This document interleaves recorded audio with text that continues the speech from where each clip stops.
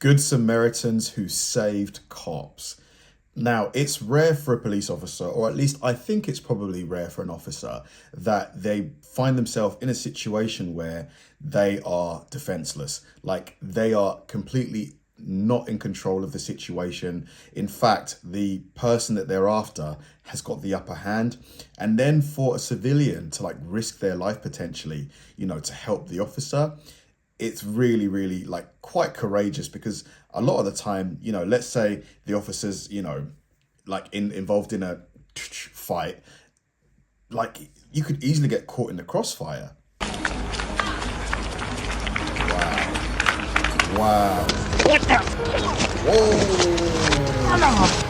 Police officers often encounter the craziest and most dangerous suspects there are, but what happens when the situation gets messy and their lives are in danger? Here are 7 of the most incredible times when civilians save the police. You don't do that to a woman. Do you understand me?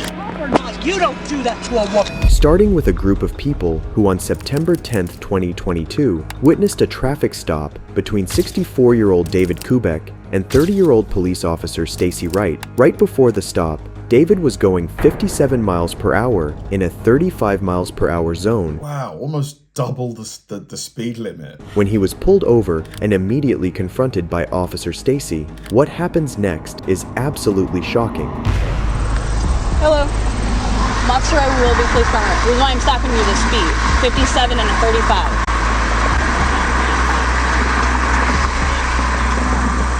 You're going 57 and a 35, sir. You have your driver's license, proof of insurance. Why are you getting out of the car, sir? I don't get my driver's license. 12 radio, this male just stepped out of the vehicle. Step over here now. Have a seat on the ground. During the encounter, David ignores the officer's request for his license and then exits his vehicle, insisting that he needs to go to the back of the car to get his driver's license. However, as David's belligerent behavior continued, what started as a routine traffic stop quickly turned into something more serious, and the unexpected happened. Have a seat. I'm not sitting. I'm not sitting! Back up! Back up! I'm not sitting, mother. We're getting physical. Put your hands behind your back. I'm not. I will tase you, sir. Touch the vehicle. Put your hands on the fucking vehicle now! Oh no. Oh my God. What the? Wow. Radio, semi units. Roll over on your stomach now. My gosh. Ground. Knock it off, man. Knock it off now. Get your arm behind you. Put your arm behind your back.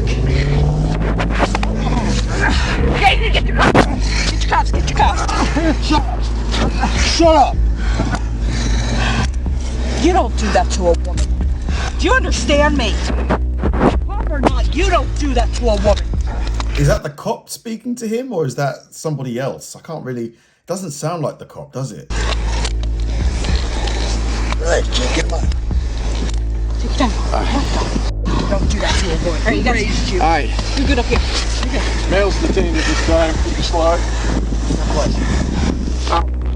After being joined by another officer, David was taken into custody and later charged with assault on an officer, resisting arrest, speeding, and failure to wear a seatbelt. But it's not just these people who see attacking a cop as a stupid and annoying thing, as you'll see in our next case. What was he thinking? Now he's got a bunch of new charges. All he had to do was show her the license and get the ticket.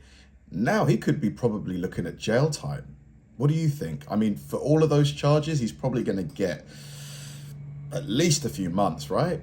Case. On July 24th, 2018, police officer Austin Williams responded to a Sam's Club in Provo, Utah for a welfare check on a man who was walking around and asking people for water. He then encountered 34-year-old Emiliano Medina and immediately confronted him. Hey, somebody called and said they were worried about you, said you were asking for water or something. Are you doing okay? Sorry? Hey, don't touch me. Dude. Come here. Get on the ground. Surprisingly, the man gestured with his hand as if holding a gun, directing it at his own head before attempting to grab the officer's gun. Despite this guy's clearly got some issues upstairs, hasn't he? the officer's decision to detain him, Medina resisted and attempted to flee, but his escape was, however, short-lived. Get on the ground! Is he about to get tackled? Yeah. Step it up! Whoa! Oh my God! Thanks, guys. Luckily, a bystander who had watched the incident unfold intervened and helped put Medina in handcuffs. Medina was later taken to a hospital where a blood test showed that he tested positive for methamphetamine. He was subsequently charged with a felony count of disarming a police officer and misdemeanor counts of interference with an arresting officer, failure to stop at the command of law enforcement, assault on a peace officer in uniform, and possession or use of a controlled substance. But civilians helping officers take down suspects doesn't end here. I just ran behind them, tackled them down. This is 26-year-old Devin. Like, what was that guy? Mate, I keep asking myself this. Like, the people that are, the criminals here, why are they so dumb? Like, all you're doing is giving yourself more punishment. You're going to get more time, more charges.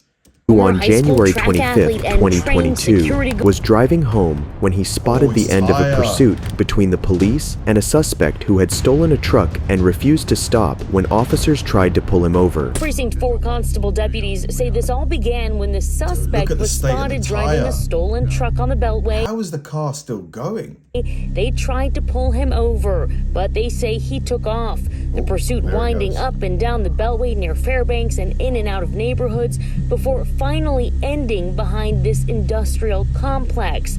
But that suspect took off on foot, climbing a fence, and that's when the 26-year-old says his instincts kicked in. Devin watched as the suspect got over a security fence and started running down and immediately decided to do the unthinkable. Sprinting after the suspect, he lost both of his shoes and with a big bear hug. I was thinking about it in a moment. Look at the speed. He was like Usain Bolt out there.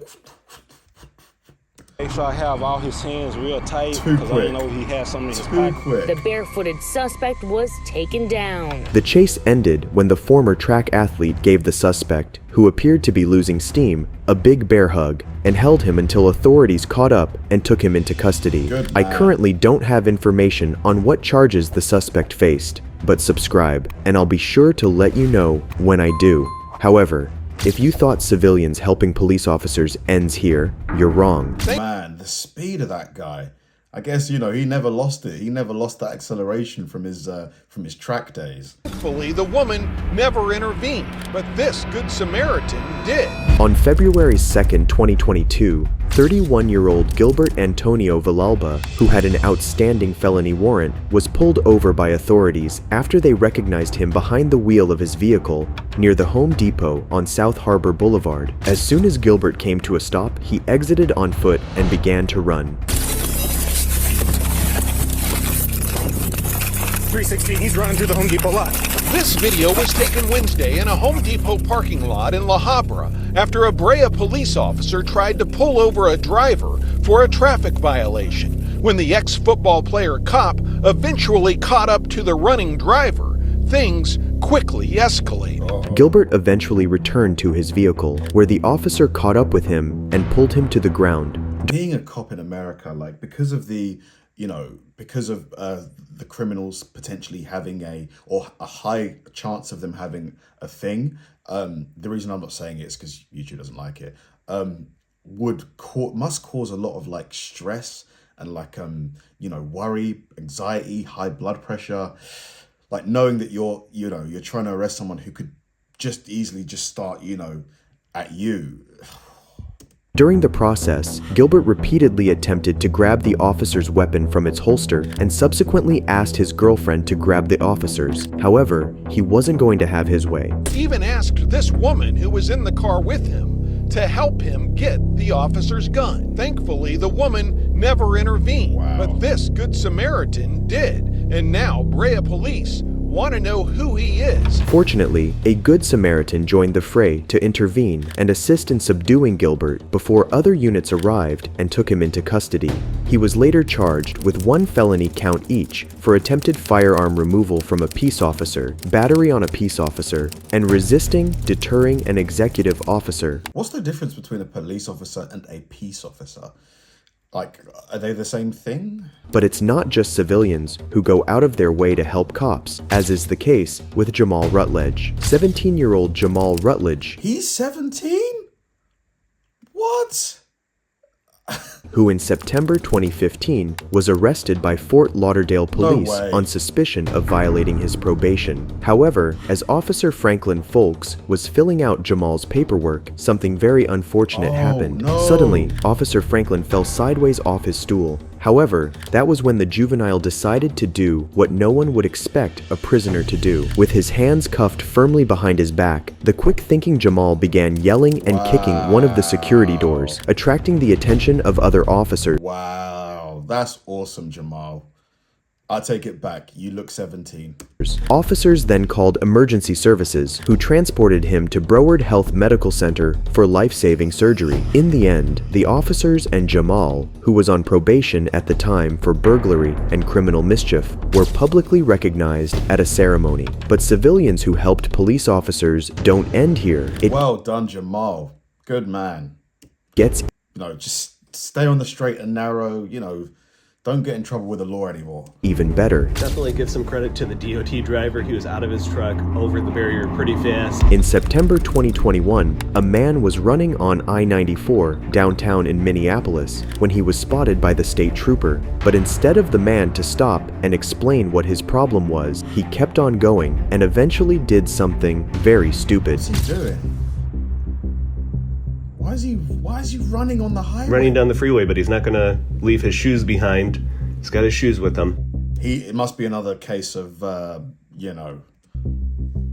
the influence or something. Wow, there he goes. So he goes right over the barrier. Trooper's in pursuit. He's watching, looking. He was planning on going across there. And he looks away for a moment, and Trooper takes his opportunity. As soon as the trooper got out of his car, he was quickly followed by someone who you would least expect. Definitely give some credit to the DOT driver. He was out of his truck, over the barrier pretty fast, and they don't get paid to do that. Keep that in mind. Surprisingly, a DOT driver who was responding to the officer also got What's a DOT driver?